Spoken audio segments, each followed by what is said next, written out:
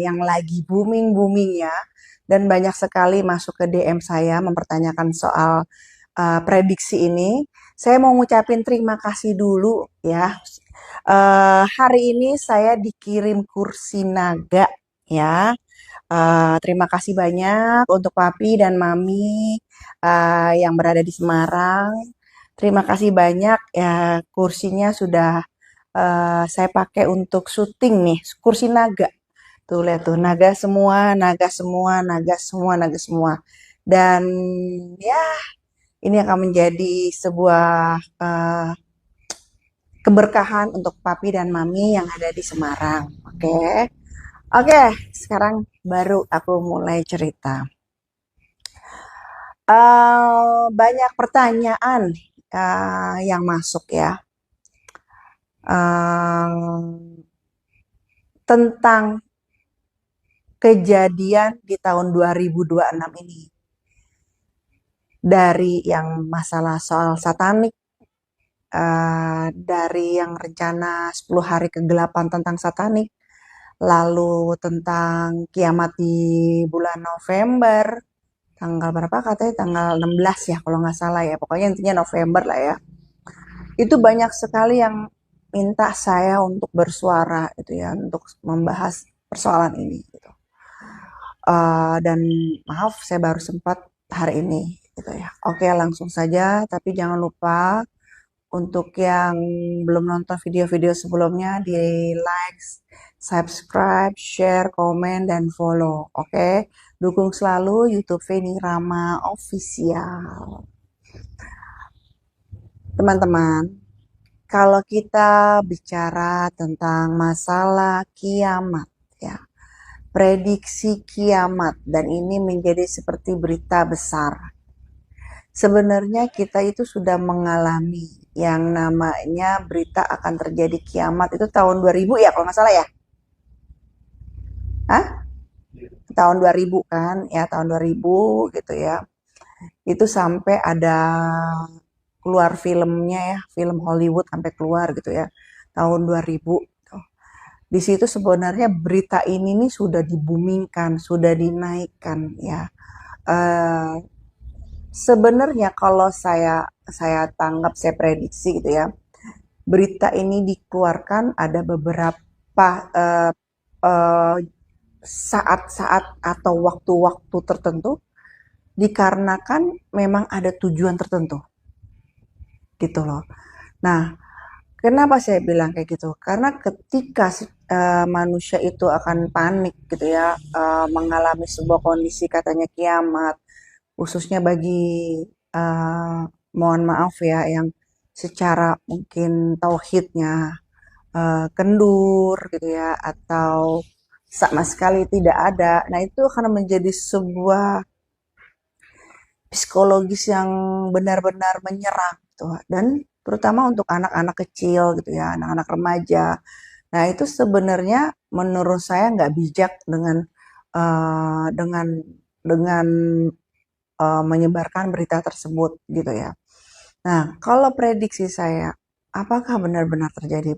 Prediksi saya sebenarnya gini, kalau berdasarkannya masalah populasi, ya memang kan dunia ini populasinya sudah sangat berlebihan gitu ya. Penggunaan perusakan alam juga, pemanfaatan alam juga sudah kelewat batas gitu ya.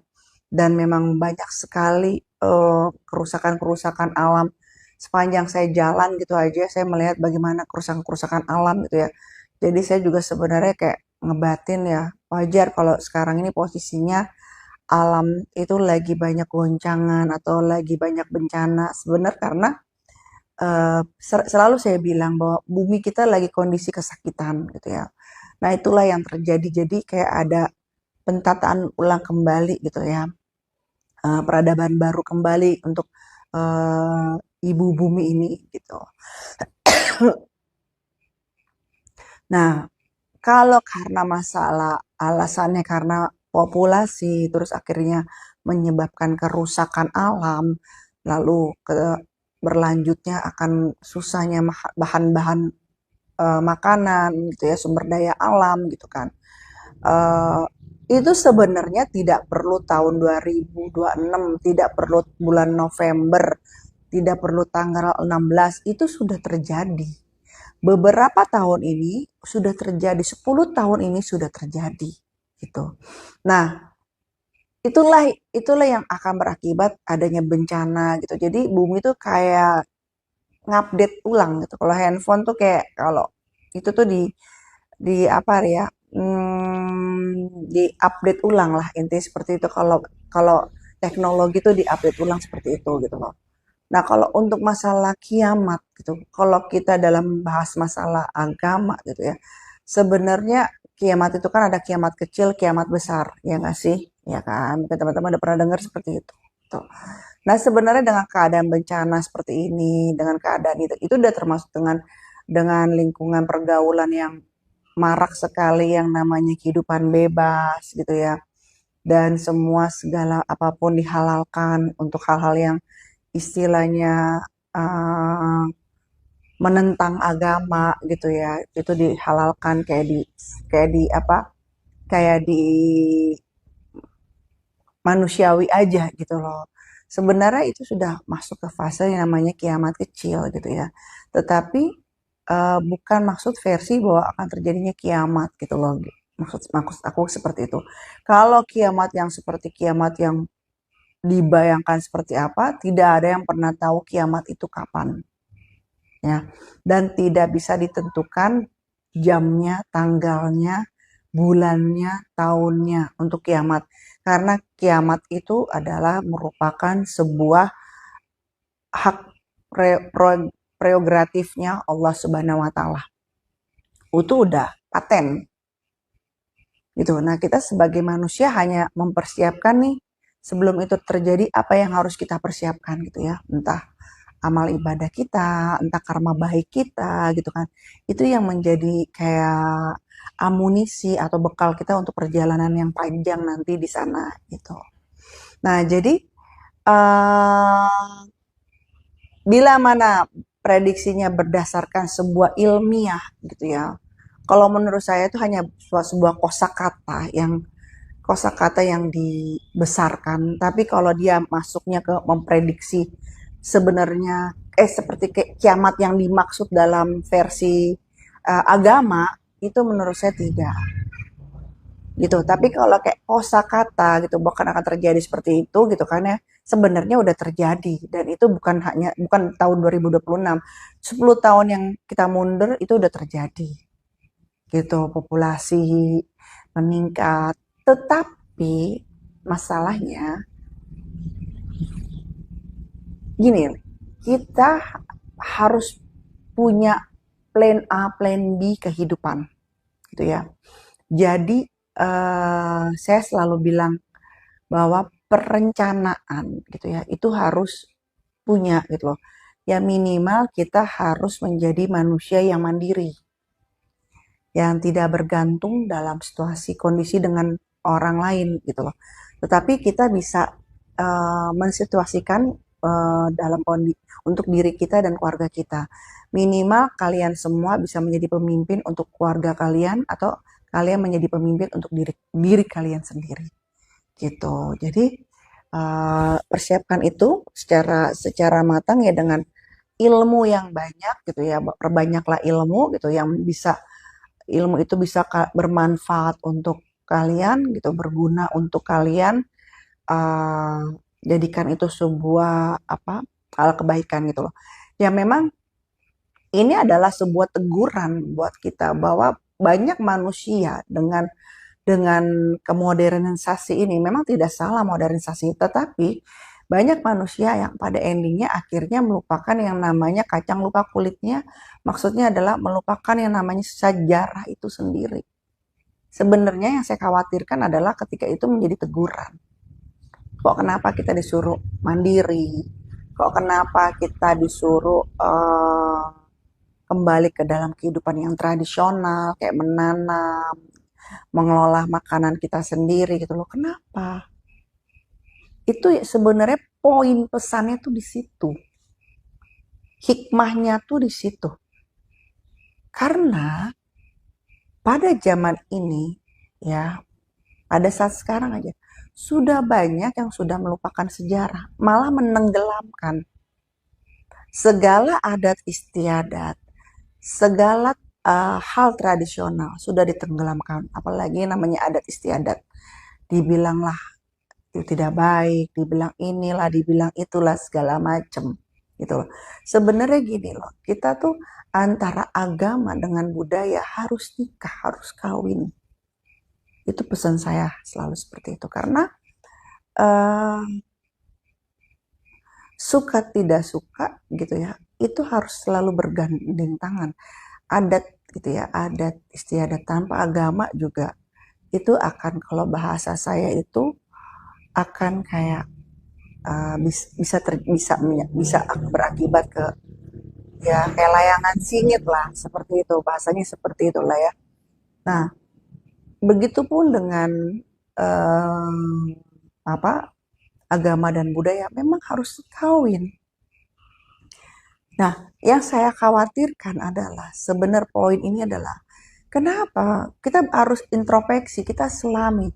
Kenapa ini menuntut kita untuk kembali ke kehidupan tradisional, menanam, beternak, ya kan? Seperti itu. Kita harus melihat perjalanan ke belakang kita panjang seperti apa. Nah, itu dia makanya sejarah itu adalah jati diri manusia. Itu introspeksinya. Jadi makanya maksud saya, yuk kita perbaiki gitu loh. Yang segala adat istiadat kita harus dirikan lagi, kita hormatin. Ya memang itu sudah ada dari zaman kita tarik ke belakang pun udah ada dan tidak salah. Ada hukum terbentuk dari adat istiadat itu ada. Makanya juga pelajaran hukum ada hukum adat. Gitu loh. Jadi bahwa yang tidak semuanya namanya adat istiadat itu membawa keburukan buat diri manusia. Secara the real fakta kehidupannya bahwa dari hasil budaya itu bisa menciptakan sebuah hukum gitu ya. Nah, itu maksud saya kita ambil hikmahnya aja. Omongan yang November ini akan kiamat, tanggal 16 ya kalau nggak salah. Kita ambil hikmah. Kenapa semua berita itu mengajak kita kepada kehidupan tradisional? Kenapa semua berita itu mengajak kita ke dalam kehidupan sejarah? Poinnya yang harus kita temukan apa? Jadi bukan kita sambut dengan euforia ketakutan atau euforia kekhawatiran yang berlebih. Tapi pesan moralnya apa? Gitu. Yang harus kita petik gitu loh. Jadi kalau menurut saya kalau dia bicara kiamatnya adalah versi kiamat seperti kiamat agama, itu saya nyatakan no.